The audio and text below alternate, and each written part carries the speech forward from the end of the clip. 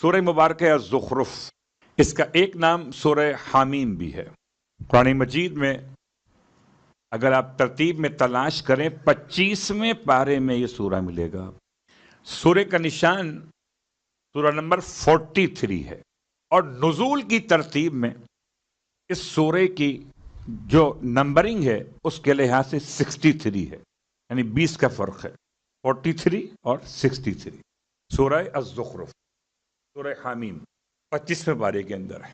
یہ پورا سورہ مکۃ المکرمہ میں نازل ہوا، سوائے ایک خاص آیت کے کہ اگر کبھی اس سورے کی تفسیر بیان کی جائے تو اس آیت کی تلاوت کا لطف الگ ہوگا کہ وہ آیت کہاں پر نازل ہوئی۔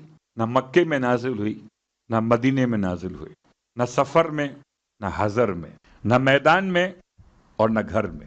وہ آیت ایسے مقام پہ نازل ہوئی جس کی خبر یا خدا کو، یا خدا کے مصطفیٰ کو، یا خدا کے مرتضیٰ کو۔ آج وہ آیت نہیں پڑھ رہا ہوں تاکہ آپ کل سرچ کیجئے، ہم بھی دیکھیں کہ آپ کی جو تحقیق ہے وہ کہاں تک پہنچے گی۔ پھر ہو سکتا ہے کل اس آیت کا تذکرہ بطور تبرکن دہرا دوں۔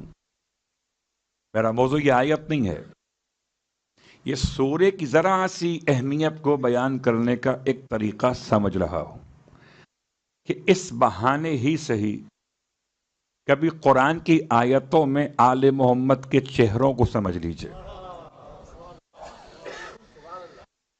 سورہ الزخرف کی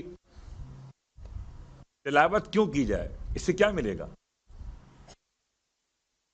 تو سرکار ختم یہ مرتبہ صلی اللہ علیہ وآلہ وسلم ارشاد فرماتے ہیں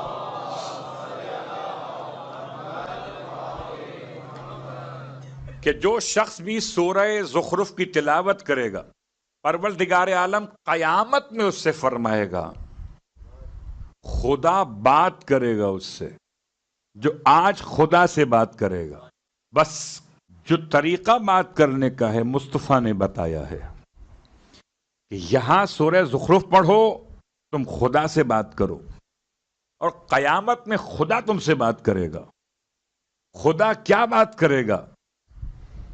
خدا ہر کس و ناکس کو منہ نہیں لگاتا، خدا اس کو منہ لگاتا ہے کہ جو منہ لگانے قابل ہیں۔ قیامت میں خدا بات کرے گا، پیغمبر فرما رہے ہیں حدیث، کیا بات کرے گا؟ سورہ زخرف کے پڑھنے والے سے فرمائے گا آج تمہیں کوئی خوف نہیں ہے، نہ کوئی تمہیں پریشانی ہے، نہ کوئی خوف ہے، نہ کوئی پریشانی۔ جاؤ جنت میں حساب کے بغیر جاؤ۔ اللہ اکبر۔ اس عشرے میں انشاءاللہ ہم اور آپ کوشش کریں کہ شاید کوئی ایک آدھ دن تو ایسا ہو کہ ہم یہ سورہ پڑھ لیں، تاکہ اس روایت کے مطابق ہم اس مقام پر آ سکیں جہاں خدا ہم سے فرمائے کہ کوئی خوف نہیں ہے، کوئی پریشانی نہیں ہے۔